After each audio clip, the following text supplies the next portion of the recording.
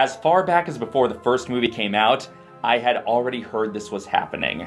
Part of me held out hope that the rumors were false, that they were going to secretly surprise everyone. But alas, it was true. They cut out the best chapter in the entire book. Cutting the Scouring of the Shire. Okay, so the Scouring of the Shire. For people who haven't read the book, you may have heard about this chapter, but you might not really know what it involves, so let me explain. When the hobbits return to the Shire, they find that all is not well. The Shire is under rough management ever since Lotho Sackville Baggins started calling himself the Chief. But since the hobbits just saved all of Middle-earth, they are well equipped to handle this threat. They quickly dispose of ruffians who had caused them trouble in their more innocent days, including Bill Ferny. They're arrested, technically, but the hobbits end up bossing around their captors more than the other way around. They find that the Shire has been devastated with ugly houses built and trees chopped down willy-nilly. They encounter some human ruffians from Isengard who tell them that Lotho answers to someone named Sharky. The ruffians try to mock and intimidate the hobbits, but they don't expect the hobbits to stand up to them, swords at the ready, so the ruffians just run away. The four hobbits decide to get all the good oppressed hobbits of the Shire together to overthrow their oppressors. Sam goes to recruit old farmer Tom Cotton, and he's like, hell yeah, finally, let's do this. And Tom's daughter Rosie is all like, go get him, Sam, and may I add, damn, you're looking fine. And the gang has gathered 100 hobbits to fight, all of whom have been wanting to stand up to the chief and Sharky, but none of whom had the courage to get things started on their own. Basically, the hobbits unionized the Shire. When the cops arrive to break this militia up, half of the cops are like, screw this, we're joining you, let's take down those bastards. And the rest of the cops just leave. They scram so fast you'd think their supervisors told them to start considering public health. Farmer Cotton mentions that the only hobbits who haven't been taken over are the Tooks because those Tooks fight back. So Pippin goes to recruit his kin to the cause.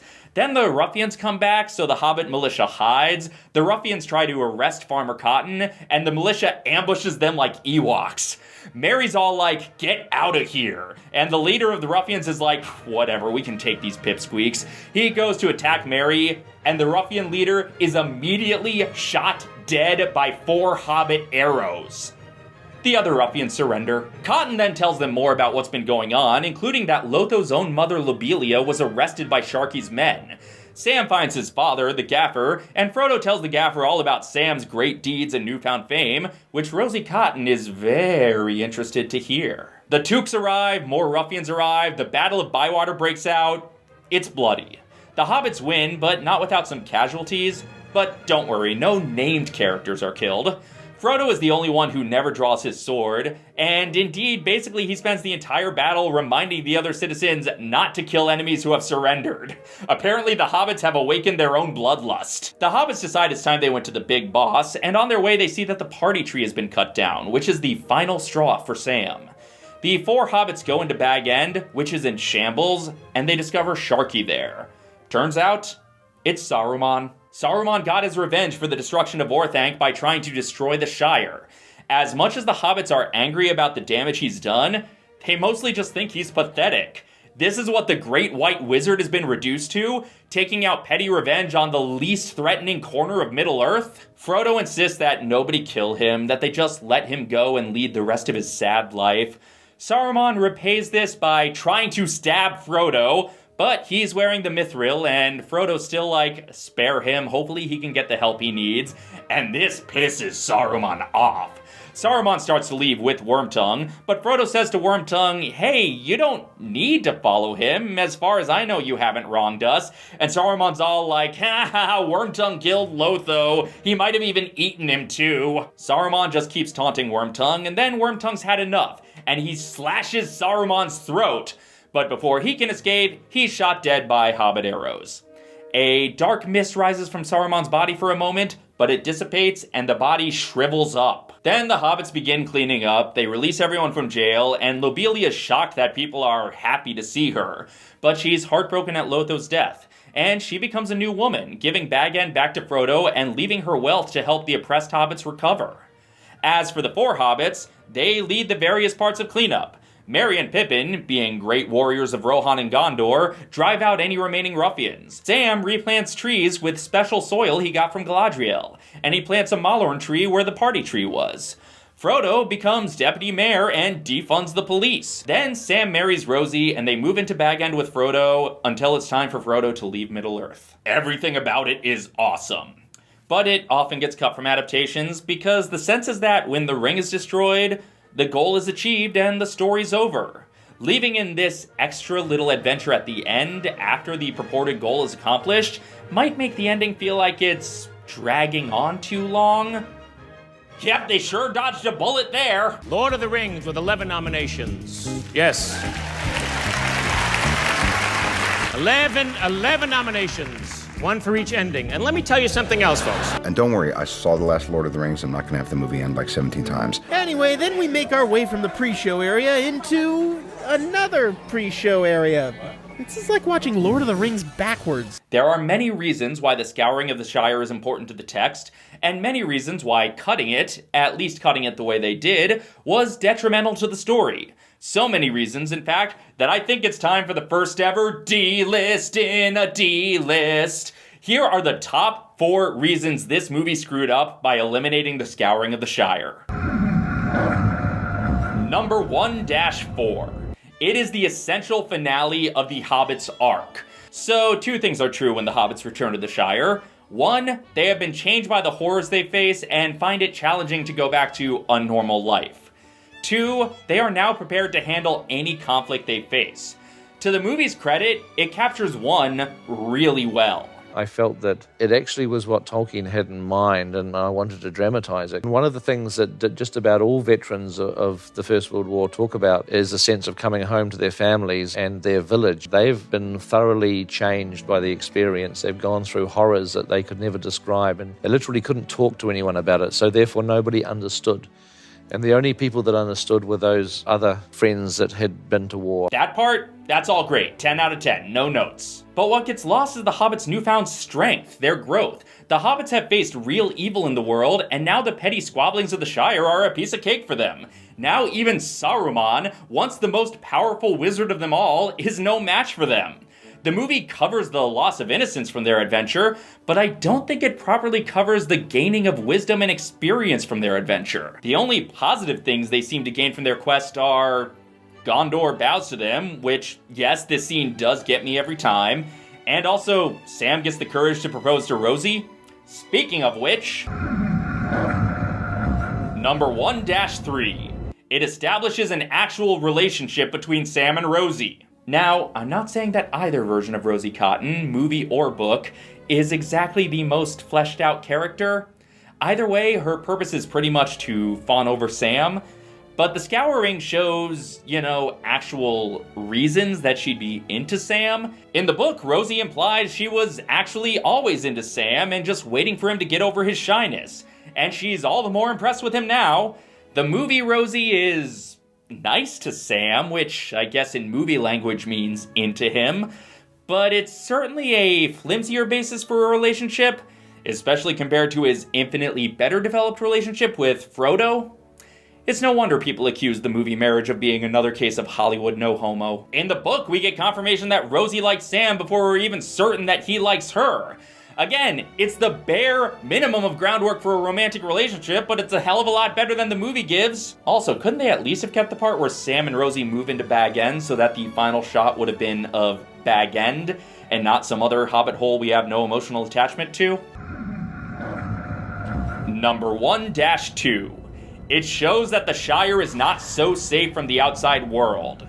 I think what sucks most about the way they cut the Scouring is that they confirm that it didn't happen at all. And if you look at the edit, we don't know that they didn't go into the Old Forest. We don't know that they didn't meet Tom. No, but we know the Scouring didn't happen. When they get back to the Shire, nothing has changed.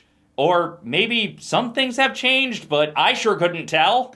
It was intended for it to have been not quite as it was when they first left. The way it's presented looks like nothing has changed. Old Proudfoot is still sweeping, just as distrustful as ever. It's a cute joke, but I think it fundamentally undermines one of the main themes of the story. And I think Tolkien perhaps makes the point that the Shire isn't invulnerable. It just thinks it is. But it too should actually bear some part of the pain and the casualties of Middle-earth. By showing nothing has changed, the idea comes across that if the hobbits hadn't gone on their adventure, they would have been alright, happily oblivious to the goings-on of the outside world. The fight would never come to their doorstep, and that just goes against a core theme of the book and the movie. The Shire is not some eternally safe, protected bubble of Middle-earth just because no trouble has come there yet. I mean, it is protected by the Dunedain, and when they all went away fighting Mordor, it made it easy for Sharky to slip in, but it's not just naturally safe. It takes work to keep evil out of the Shire, and it's not so impossible for evil to slip in. The ending just makes it seem like the Shire was never really at that great of a risk. Now granted, maybe I'm misreading the gag. Maybe the point isn't the Shire would have remained ignorant of the outer world forever. Maybe the point of the gag is, boy, that sure was a close call. They don't know how close they were to getting taken over. Had the Fellowship not intervened, this blissful ignorance would have been threatened. It is what will come to pass if you should fail. But I still don't think that comes across particularly well. And it's just not as effective as actually showing the Shire affected. So if you're not going to show the Shire be affected, I would rather you just not show the moment they return to the Shire at all, so I can at least pretend that this all happened off screen. And the number one reason the movie screwed up in how they eliminated the Scouring of the Shire, okay, fine, I understand why you cut it, but why did you spend so much time setting it up? I can accept that having this extended bonus climax after the purported goal of the trilogy might have felt like odd pacing for a blockbuster movie to the average audience member. So why did they leave in so much of the setup for the Scouring? There's a lot of foreshadowing to the Shire being threatened. A lot. Fires of Isengard will spread, and the woods of Tuckborough and Buckland will burn, and all that was once green and good in this world will be gone. There won't be a Shire, Pippin. And all of that feels undermined by the aforementioned unchanged Shire the hobbits come home to. On top of which, they really amped up Saruman's role in the story. Arguably, the first two movies build him up as more of the main villain than Sauron. Of course, what we did is we elevated Saruman, in a sense, to the villainry role, and kept the eye relatively a minor player. Some obstacles are caused by Saruman in the movie that aren't really said to have anything to do with him in the book, like the Pass of Caradhras. In the book, the implication is just that the mountain itself is mad at them for daring to cross. Gimli claims the cruelty of Caradhras predates even knowledge of Sauron. But in the movie... There is a fell voice on the air. It's Saruman! No, dude, I think that avalanche was just caused by you yelling. Saruman's role is spruced up throughout the film. His first in-person appearance in the book doesn't happen until everyone confronts him at Isengard. A scene, ironically, that doesn't even make it into the theatrical cut of the film. Every one of the many appearances he makes before that are either relayed by Gandalf or just hinted at happening elsewhere. So with the amount they built him up, you would think defeating him would be the climax of the trilogy.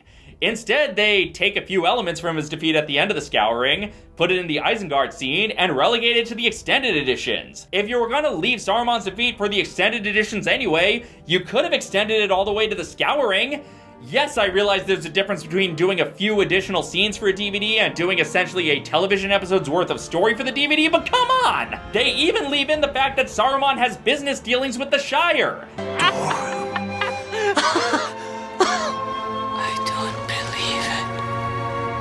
Can't be. It says Longbottom Leaf. This sets up his role as Sharky, a role that is never once followed up on. This was the first time we were getting a complete Lord of the Rings movie trilogy. We finally had opportunity for a film to pay off all its setups, and then it doesn't? What a wildly unsatisfying thing to happen in what was otherwise a very satisfying film-going experience.